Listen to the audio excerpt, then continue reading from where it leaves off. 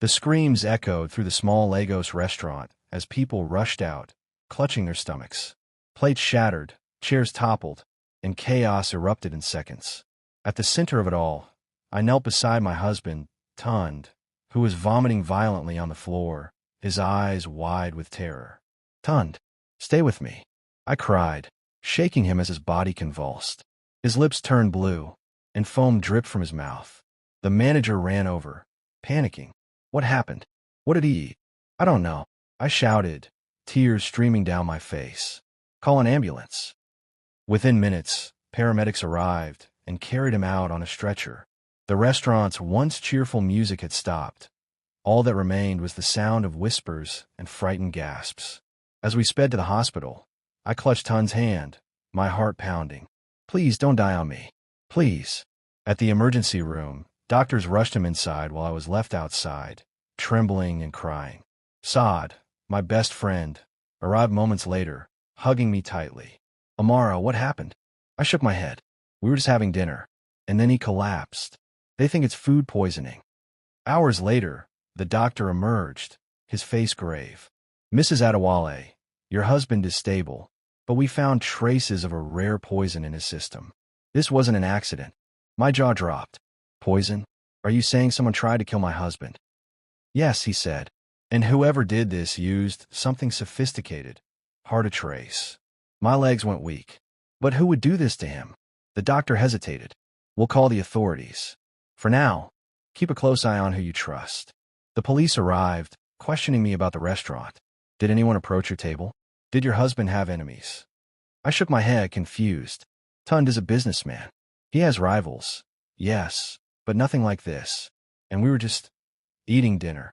The detective's eyes narrowed. "Where did the food come from?" I answered truthfully. "He ordered it for us. Said it was a new spot a client recommended." The detective scribbled notes. "We'll investigate, but be careful. This doesn't feel random." That night, as I sat by Tunde's bedside, he finally woke up, his voice weak. "Amara." I gripped his hand. "I'm here. You're safe." He coughed, his eyes filled with fear. "Don't trust anyone. Not even." The monitor beeped wildly, cutting him off as doctors rushed in. I was pushed out of the room. What was he trying to say? I whispered to myself, trembling. As I stepped out to get some air, my phone buzzed with a message from an unknown number. He was never the target. "You were." My breath caught. I looked around, but the parking lot was empty. "You think food poisoning is the worst part? Wait until you hear what I discovered next about who wanted me dead. Stay tuned for the next chapter, because the truth I uncovered will leave you shocked. Like, comment, and subscribe because the danger is only beginning." The next morning, the hospital room smelled faintly of antiseptic and fear. Tunde was still unconscious, hooked up to machines that beeped steadily. I sat beside him, holding his hand, my mind replaying the last thing he said. "Don't trust anyone. Not even." Who was he warning me about? I didn't have time to dwell on it, because the detective from the night before returned. "Mrs. Adewale, we have new information. The poison wasn't in the food. It was in your drink." My heart stopped. "My drink?" "Yes," he said. "Someone targeted you. Not your husband." A chill ran down my spine. "But who would want to kill me?" "That's what we're trying to figure out," he said. "Until we do, be careful. Don't eat or drink anything unless you prepare it yourself." Later, Saad came to visit. She brought me a coffee and sat down. "Amara, this is crazy. Who would poison you?" I hesitated. "I don't know, but Tunde's warning keeps replaying in my head. He wanted to tell me something." She frowned. "Could it be one of his business rivals? Maybe they thought targeting you would send him a message. Or maybe it's someone closer." I whispered. Saad's eyes widened. "You're not saying you think someone in the family?" I shook my head. "I don't know. But whoever it is, they're watching." That evening, I went home to grab some clothes. The house felt different, too quiet. As I walked through the living room, I noticed a wine glass on the table. It wasn't there when we left for the restaurant. My heart raced. I carefully picked it up with a tissue and called the detective. "There's a glass in my house that wasn't here before. Someone's been inside." He promised to send someone to collect it. While waiting, I decided to check Tunde's office. Inside, I found a locked drawer. My hands trembled as I used a spare key I'd hidden months ago. Inside were stacks of documents, photos, and, shockingly, Pictures of Tunde with another woman. My chest tightened. Was he cheating on me? I flipped through the photos, my anger growing. The same woman appeared in every picture, always close to Tunde, smiling like she knew she belonged there. At the bottom of the drawer was a small envelope addressed to me. I opened it with shaking hands. Inside was a note. Amara, if anything happens to me, trust no one. Not even Saad. My blood ran cold. Saad. I didn't have time to process because my phone buzzed with another unknown message. You're getting close. Stop, or the next time, we won't miss. I looked out the window and saw a black car idling across the street. Its tinted windows reflected the streetlights like cold eyes. I called Saad immediately. Where are you? On my way to the hospital, she replied. Don't go there yet. Meet me at the old market square instead, I said, my voice steady despite the storm inside me. She hesitated. What? Just do it, I said, hanging up. When she arrived, she looked concerned. Amara, what's going on? You sound paranoid. I looked her in the eye. Tunde left me a note. He said not to trust you. Her face went pale. What? You think I poisoned you? I don't know what to think, I said, tears stinging my eyes. Were you at the restaurant before we got there? She hesitated. Yes, but what? I demanded. She sighed. I saw Tunde there with that woman. I didn't tell you because I didn't want to hurt you. But Amara, I swear I didn't poison you. Before I could respond, a gunshot rang out, shattering the window of the cafe we were in. We both ducked as glass rained down. The black car screeched away into the night.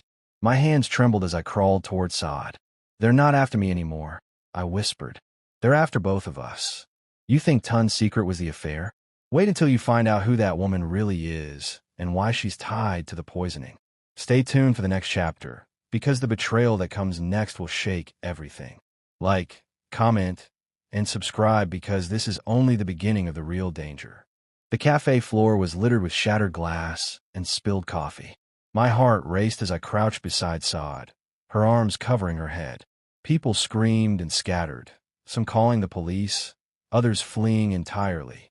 They really tried to kill us, Saad whispered, trembling. I looked toward the smashed window. The black car was gone, but the message was clear. I was getting too close. The police arrived within minutes, but as expected, there were no cameras, no witnesses, no leads. Back at the hospital, I sat at Tunde's side again. His color was improving, but he was still unconscious. I couldn't shake the image of that woman, the one from the pictures I'd found in his office. I pulled out one of the photos and stared at her face. Something about her expression felt familiar. But why? That night, I showed the photo to Saad. I've seen her before, she said after a long pause. At Tunde's office. I always thought she was his assistant or something. Do you know her name? Saad frowned. He introduced her once. Bisi. I think her name was Bisi. The name hit me like a slap. Bisi Ogunlai. My mouth went dry. You know her? Saad asked. I nodded slowly. She was my college roommate. But we lost touch years ago, after she found out I was dating Tunde. Saad's eyes widened. You're not saying. She was in love with him back then, I said, my voice shaking. She didn't take it well when he chose me. I rushed back home and tore through old boxes until I found my dusty university photo album. There, clear as day, was a picture of me, Tunde, and Bisi smiling at a student event. A handwritten note under the photo said, Our little triangle, until one of us wins for life. Chills ran through me. I pulled out my phone and began searching online for her. It didn't take long. Bisi Ogunlai was now the owner of a new upscale restaurant chain. The same one Tunde had insisted we try the night he was poisoned. My stomach turned. She owned the restaurant. I called the detective immediately. The woman who owns the restaurant. Her name is Bisi Ogunlai. I know her. She has a past with me and my husband.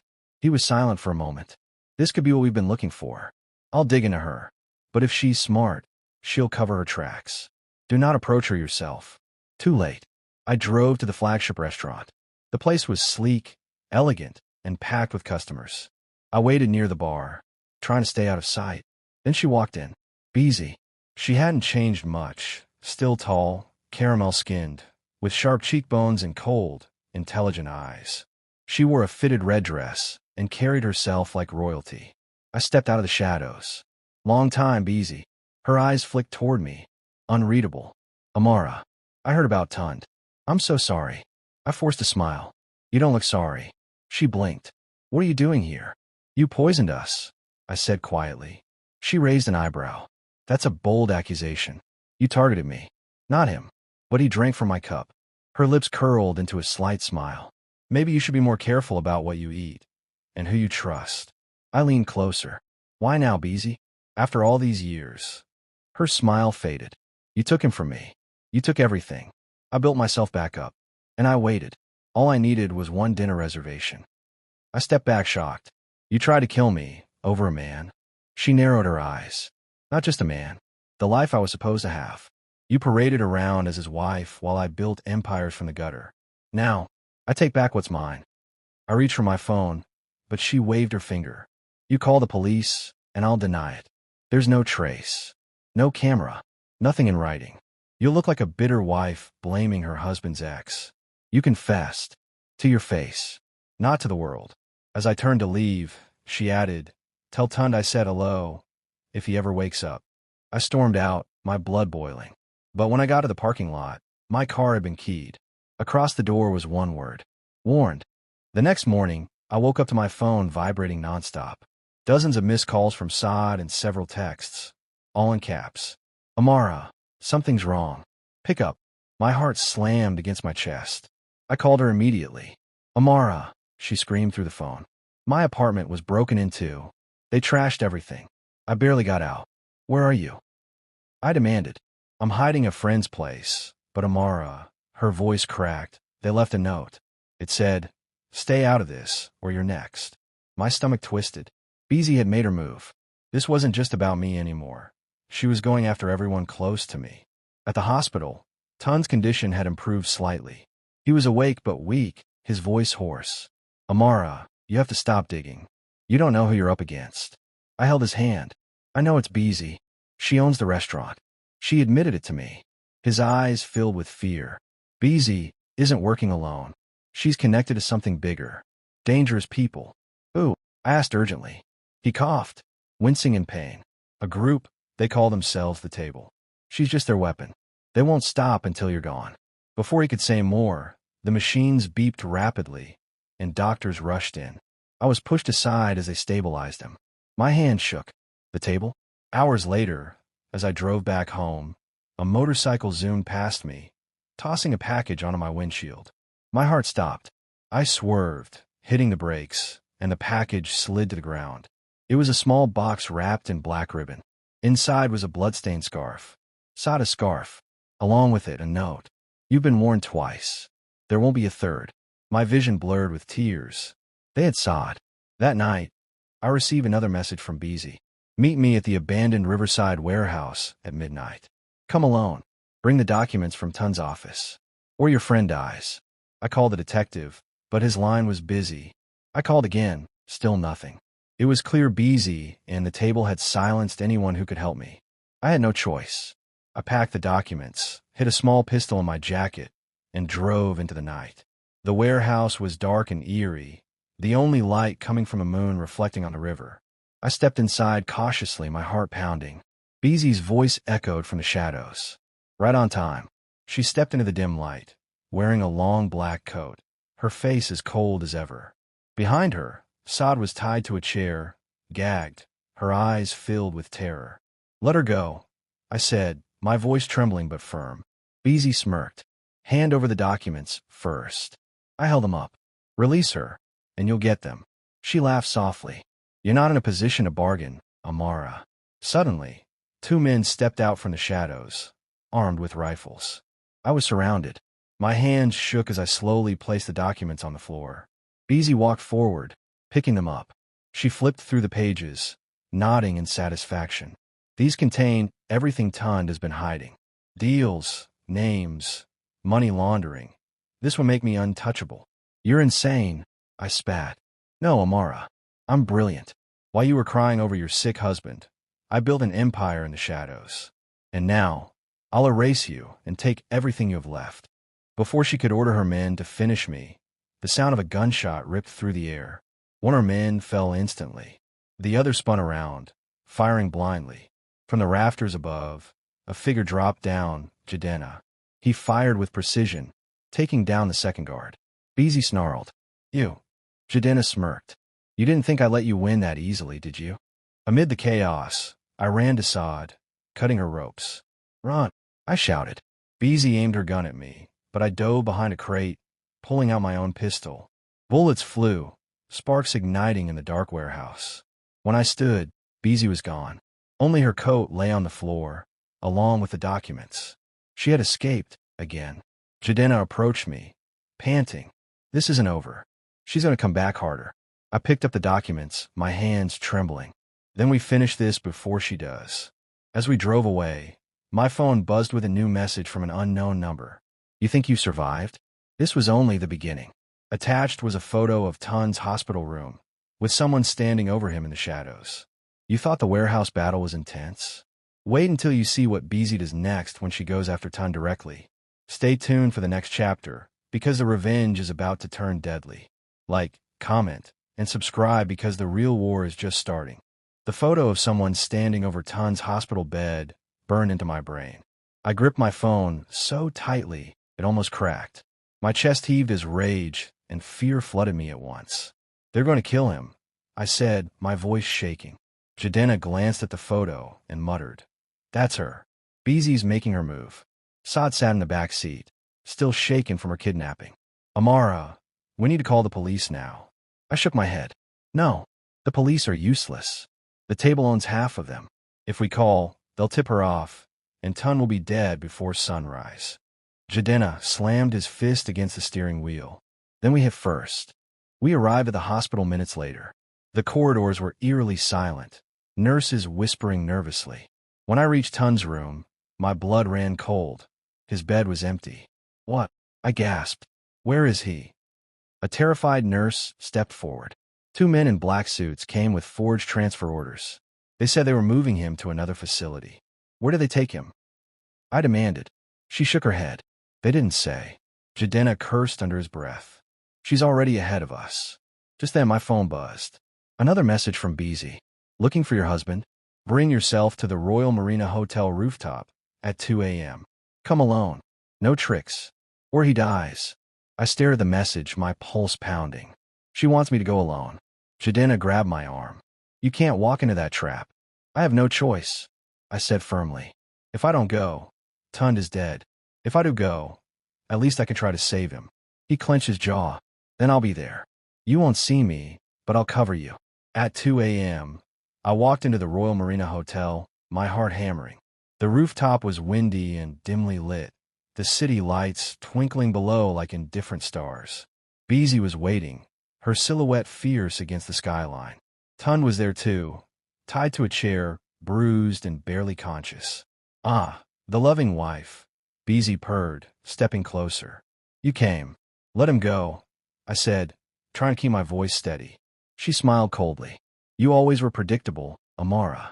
That's why I'll always be ahead of you. What do you want from me? I demanded. I want everything, she hissed. Your life, your legacy, your peace. I want you to watch the man you stole from me die, knowing you can't save him. She raised her gun at Tunde. My stomach dropped.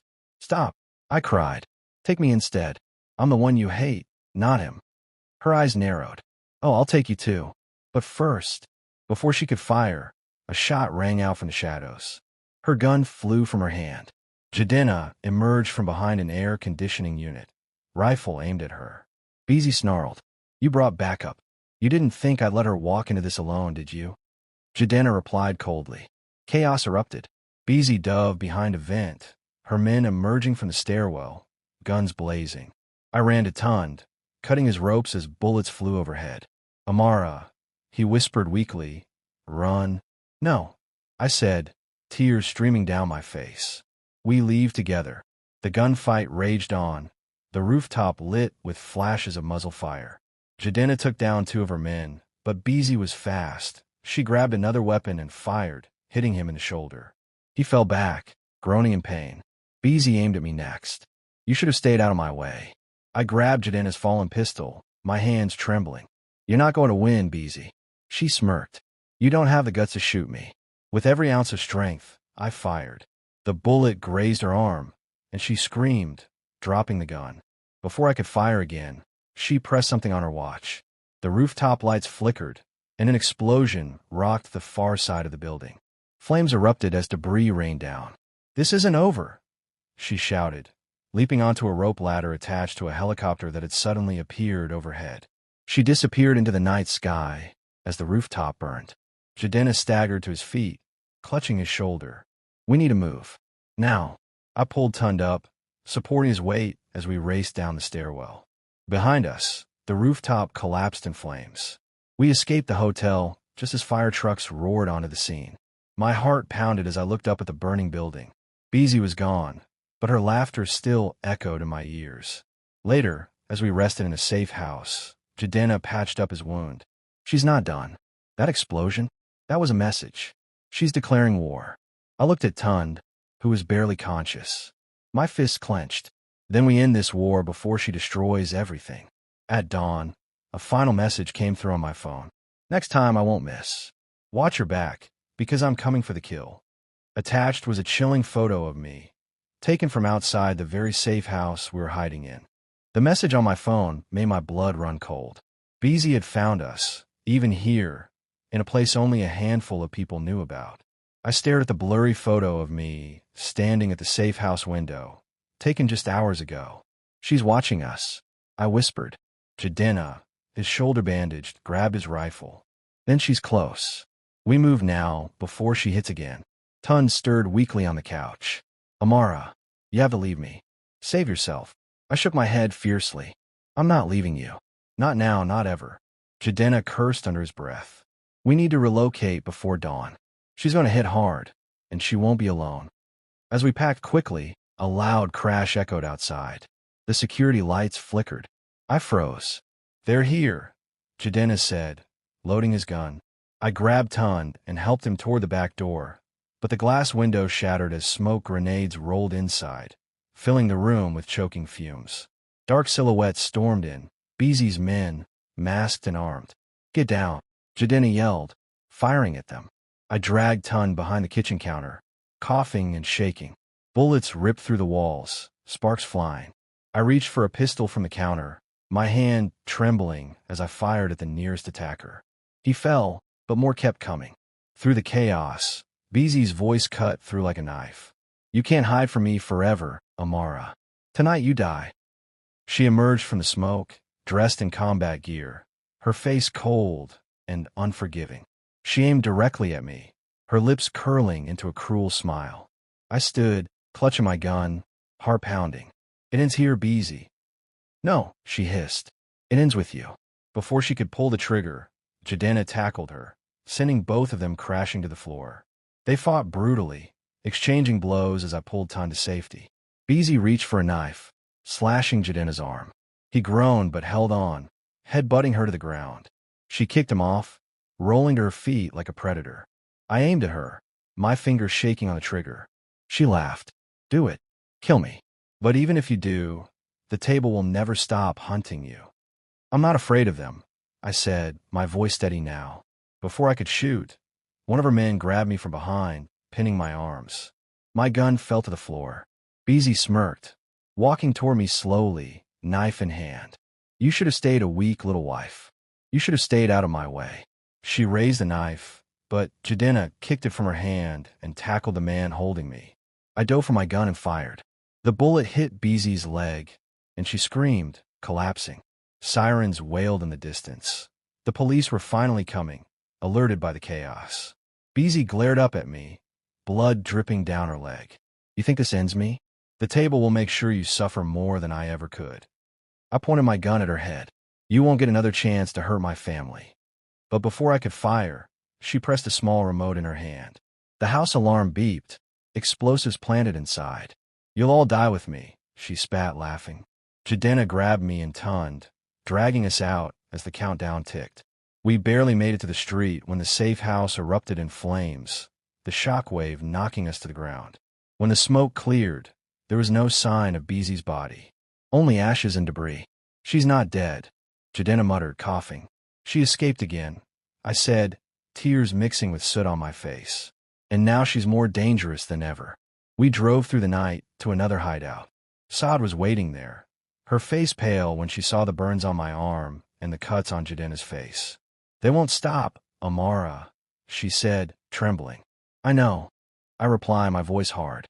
"Then we go after them first." Jadena looked at me. "Are you sure about this? The table is bigger than Bisi. They control everything." "I don't care," I said. "I'll burn their empire to the ground if I have to." The next morning, as I checked my phone, another message came in. "You've survived 3 times. You won't survive the 4th. We're coming for you at sunrise." Attached was a live photo of Bisi, standing on a rooftop, smirking, holding a sniper rifle. The message kept replaying in my mind. "We're coming for you at sunrise." Every tick of the clock felt like a countdown to death. The hideout was eerily silent. Jadena checked his rifle with a grim expression, while Saad paced nervously. Tunde, still weak but conscious, sat propped against the wall. "You have to leave me behind," he said, his voice low. I shook my head. "I won't leave you, Tunde. We've survived this far together. We'll survive sunrise, too." Jadena loaded another magazine. "They're not going to wait for sunrise. They'll strike when we least expect it. We need to move before they find us." Before he finished speaking, the lights in the hideout went out. The air turned heavy. Through the darkness, a red laser appeared on the wall, then another.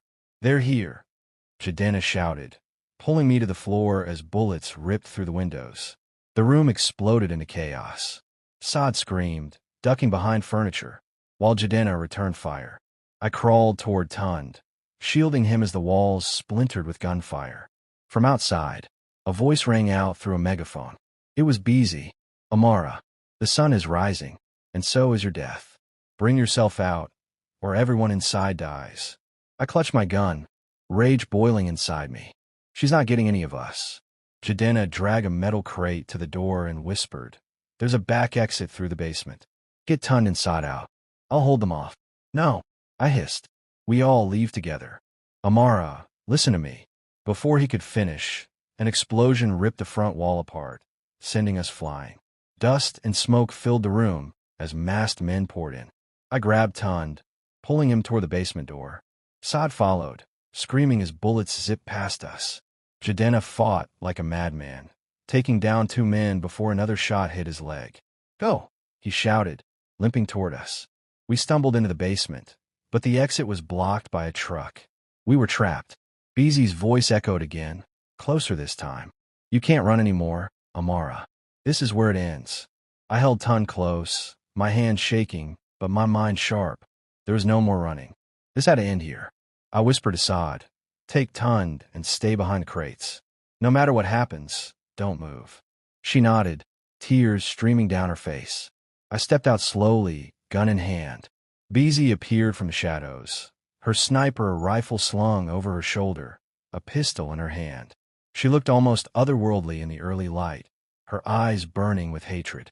"Finally," she said with a smirk. "The wife who thought she could beat me. This ends now, Bisi," I said, my voice steady. She laughed softly. "Oh, it will. For you." We circled each other, guns raised. The rising sun cast long shadows across the basement floor. Every breath felt like the last. Suddenly, she fired. I dove behind a pillar, bullets whizzing past my head. I returned fire, forcing her to duck behind a crate. "You stole my life, Amara," she shouted. "You poisoned it yourself." I screamed back. Jadena, bleeding but still fighting, crawled to a better position and fired, hitting one of her men. The distraction gave me my chance. I charged forward, tackling Bisi to the ground. The guns clattered away as we fought hand to hand, each strike fueled by years of rage. She grabbed a knife from her boot and slashed my arm. I screamed but grabbed her wrist, twisting it until the knife fell. I punched her, hard, sending her sprawling. As she reached for the knife again, I grabbed my fallen pistol and aimed it at her chest. She froze, blood trickling from her lip. "Do it. Kill me. Prove you're just like me." I panted, my finger tight on the trigger. "No, I'm nothing like you." But then she smirked. "Too bad. I planted explosives everywhere. Whether you shoot me or not, you'll all die." I looked around. The faint blinking of red lights lined the walls. My heart stopped. "You're lying," I said. She laughed. "Am I?" The timer on the bombs hit 30 seconds. I fired, hitting her shoulder. She screamed, collapsing to the floor. I grabbed the knife and cut the wire to the nearest bomb. Jadena crawled to help, cutting wires frantically as Saad dragged Tunde toward the exit. 20 seconds. 15. 10. Jadena yelled, "Run." We sprinted toward the stairwell, the last bomb still ticking. I grabbed Tunde with all my strength, pushing Saad ahead. Jadena was right behind us. We burst out into the early morning light as the hideout exploded behind us, the blast knocking us to the ground. The building collapsed in flames, smoke rising into the sky. I gasped for air, clutching Tunde. "Is it over?" Jadena groaned, bleeding heavily. We didn't see her body. I looked back at the burning rubble. Bisi's laughter seemed to echo faintly in my ears. As we reached the safe zone, my phone buzzed with one last message. "You survived sunrise, but I'll see you at sunset." Attached was a live video feed. Bisi, limping but alive, walking away from the wreckage. The sun dipped low, painting the city in shades of blood red and orange. The quiet before sunset felt like a warning. My phone buzzed again, another message from Bisi. "Sunset. The old train yard. Come alone. Bring Tunde if you dare. This ends tonight." I gritted my teeth. She wanted a final confrontation. This time, I would give her one. Jadena limped into the room, his face pale, but his eyes burning with determination. "You're not going alone." She said to, I argued. "And she'll kill you if you do," he snapped. "We do this together. One last time." Saad stepped forward, gripping my hand. "Whatever happens, Amara, finish this. End her for good." I nodded, tears stinging my eyes. Tonight, it's either her or me. As the sun touched the horizon, we arrived at the abandoned train yard. Rusty tracks crisscrossed the ground, and the air smelled of oil and decay. The last rays of sunlight cut through the broken windows of the warehouse where Bisi waited. I stepped inside first, my pistol ready. The massive space was filled with shadows, flickering lights, and the hum of distant machinery. "Welcome, Amara," Bisi's voice purred, echoing off the walls. She stepped out from the shadows, wearing a tactical vest and holding an automatic weapon. Her eyes gleamed with malice. "You survived everything I threw at you," she said slowly. "But this is where the story ends. For you, maybe." I shot back. Suddenly, floodlights blazed to life, revealing dozens of masked men, the table soldiers, armed and ready. I felt my heart drop. "You brought friends," I said bitterly. She smirked. "This isn't just my fight anymore. The table wants her head. They offer me the throne if I deliver it." The soldiers raised their guns. But then, the roar of an engine filled the yard. A black SUV crashed through the gate, and men from the anti-crime unit poured out, led by the detective who had been helping me in secret. Jadena followed, firing as chaos erupted. The train yard exploded into a storm of gunfire and screams. Sparks flew as bullets ricocheted off metal. I dove behind a steel container, returning fire as Jadena fought his way toward me. Bisi stood on top of a train car, firing down at everyone, her laughter echoing like a mad queen. "You can't stop me, Amara," she shouted. "This empire will be mine. You'll die first." I screamed back, climbing the ladder to face her. We met on top of the moving train car as it slowly rolled forward. The world around us burned with fire and chaos. She swung at me with the butt of her gun, and I blocked, punching her hard.